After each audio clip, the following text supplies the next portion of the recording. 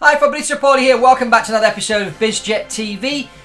Now, lots of talk in the press about the coronavirus. This morning, very early, I was contacted by TRT World to do a live interview about the British airline Flybe that just went bust last night, stranding passengers all across Europe and the UK. And big question is it the coronavirus that killed this airline? So, question, can the coronavirus, first of all, the coronavirus hasn't been killing that many people. It kills as many people as the usual flu does. So the big question is, can it kill an airline? And was this the reason why Flybe went bust? And so let's get into the interview and you'll see what I said. Off we go.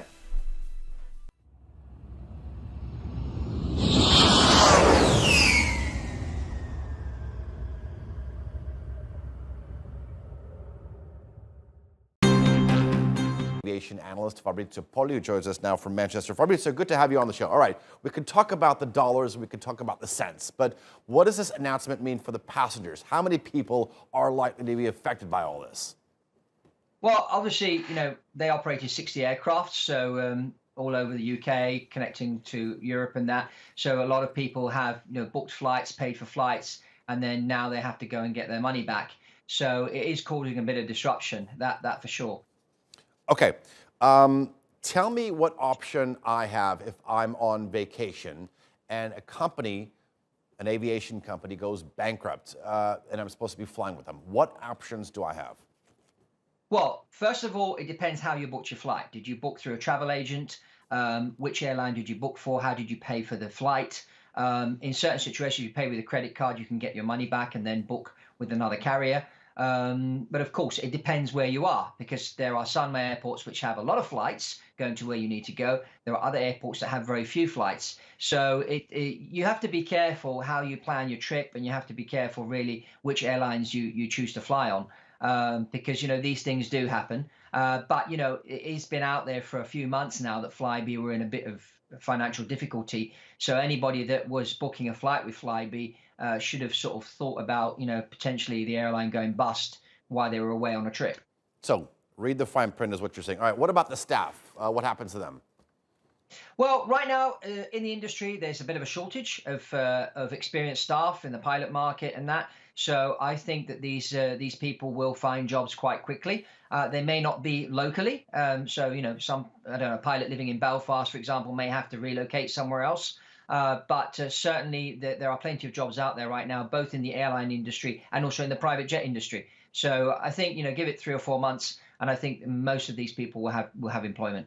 Okay. I'm going to take you back 3 or 4 months, or perhaps even further. Thomas Cook went bankrupt there. What sort of impact will Flybe's demise have on the industry? Because we're seeing a lot of bankruptcies in regional carriers and low-cost carriers lately. What's behind this?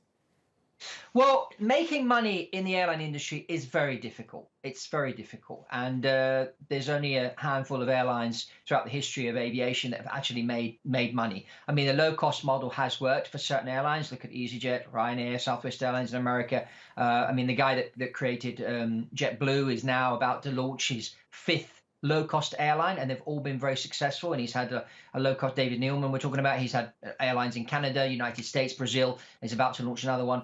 So there are ways of making money, but it's very, very difficult. You've got to get your model right. And I think Flybe were mixing things a bit too much, which is why they ended up going the way they went. As far as the other charter airlines, they've obviously been attacked by airlines like Ryanair and EasyJet, with a low-cost model, flying flights like from Manchester to Tenerife, for example, which used to be done by charter airlines. I used to work for a charter airline out of Manchester, flying to Tenerife, and then as soon as Ryanair sticks themselves on that route, they pick up the passengers. So that's kind of what's happening. There's a change happening throughout the industry, and like in every industry, things are moving so fast these days that if you don't move fast yourself and you're not ahead of the game, you're gonna lose the battle and you're gonna go bust. It's just the way business is going. You snooze, you lose. All right, Fabrizio, thank you for joining us here on TRT World.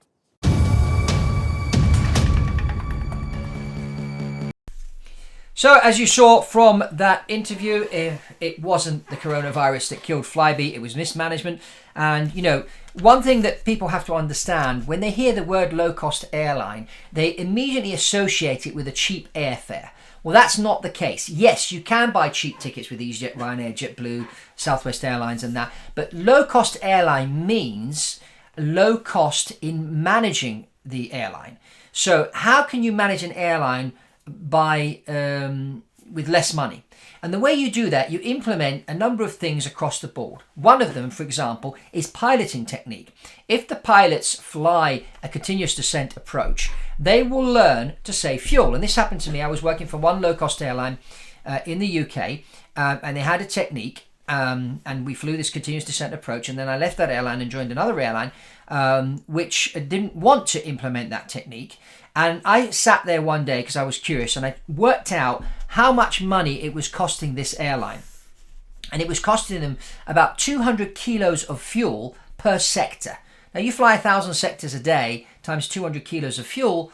That's a lot of money, So I told the chief pilot, I said, I think we should implement this continuous descent approach system. And he said to me, well, he actually mocked the other airline and said, we don't do things here that way here. That's what he said to me. Well, they no longer exist, and the other airline, which I did rejoin a few years later, still exists today. So, that's one thing of doing it. And the other thing is, for example, when I was working for this low-cost airline, which is very successful, we didn't have a flight dispatcher. So when we got to the crew room, we knew we needed to print off all the paperwork for the flight. So you needed to get in 10 minutes early, print everything off from the computer, the weather, the NOTAMs, and all that good stuff, the flight plans, and then, brief yourself, brief your colleague and the rest of the crew, and then make a decision on how much fuel you were going to carry. Other airlines don't work that way. They have people doing that for the pilots, but those people cost money.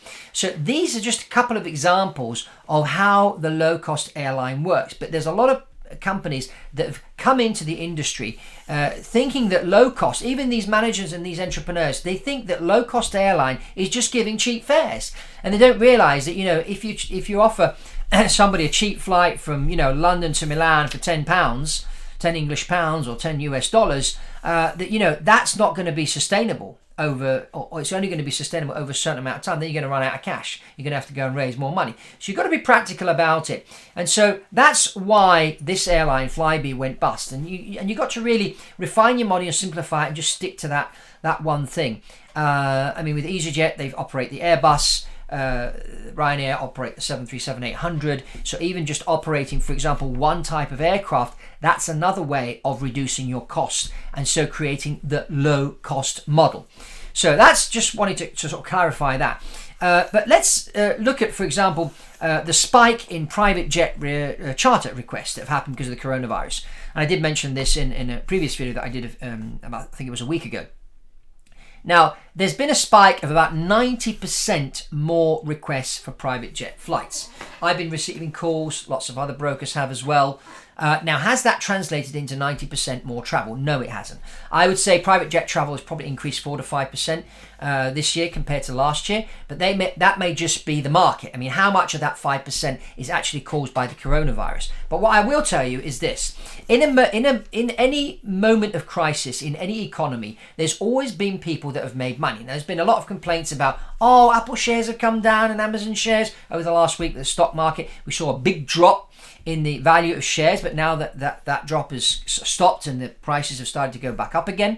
But in all this disruption, in all this so-called crisis, there are opportunities. And let me just give you an example. Let's say you want to go to China now, or to Vietnam, or somewhere where you can't get yourself on an airline flight because the airlines aren't going there anymore, or you ring all the private jet charter companies, and they will not fly you to China right now, because if they do, then their crew have to go into quarantine for 2 weeks, and they can't afford to do that. So they'll say no to all the flights. So let's say you're sitting in Singapore and you want to go to Shanghai. What are you going to do?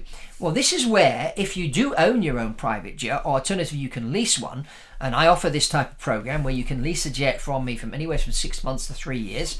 And what does that mean? That means that we deliver the airplane to your local airport. It's available for you and you only 24/7. the crew. We can put your logo on it for the time of the lease as well. So, and put some nice fancy cushions inside the airplanes with your name on it. So, you know, we can do all this kind of thing. But, you know, you've got an airplane now available 24/7. And so you can now take advantage of opportunities in the marketplace that the other people can't take advantage of because they can't actually get there.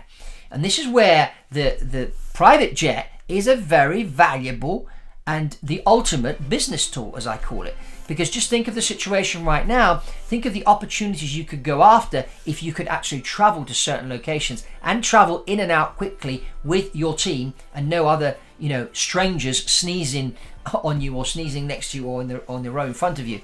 Because this is what's one way of sort of spreading the coronavirus. So those are things to think about during this moment of crisis and the coronavirus. You know, killing an airline. It didn't actually kill the airline. It has killed a small percentage of people, like every flu does. But anyway, that's all for this episode on Biz Jet TV. Have a look at the other videos on here. Lots of content to educate you about private aviation. And also feel free to contact me for a private consultation. The first call is free. And you can find my email streaming below here on this video. Just ping me an email and then I'll schedule you in for a call. And if you haven't subscribed to Biz Jet TV, I encourage you to subscribe to this channel. Also, click and give us a thumbs up. Comment below. We love to hear from you. And that's all from Fabrizio Poli on Biz Jet TV. And I'll see you on the next one.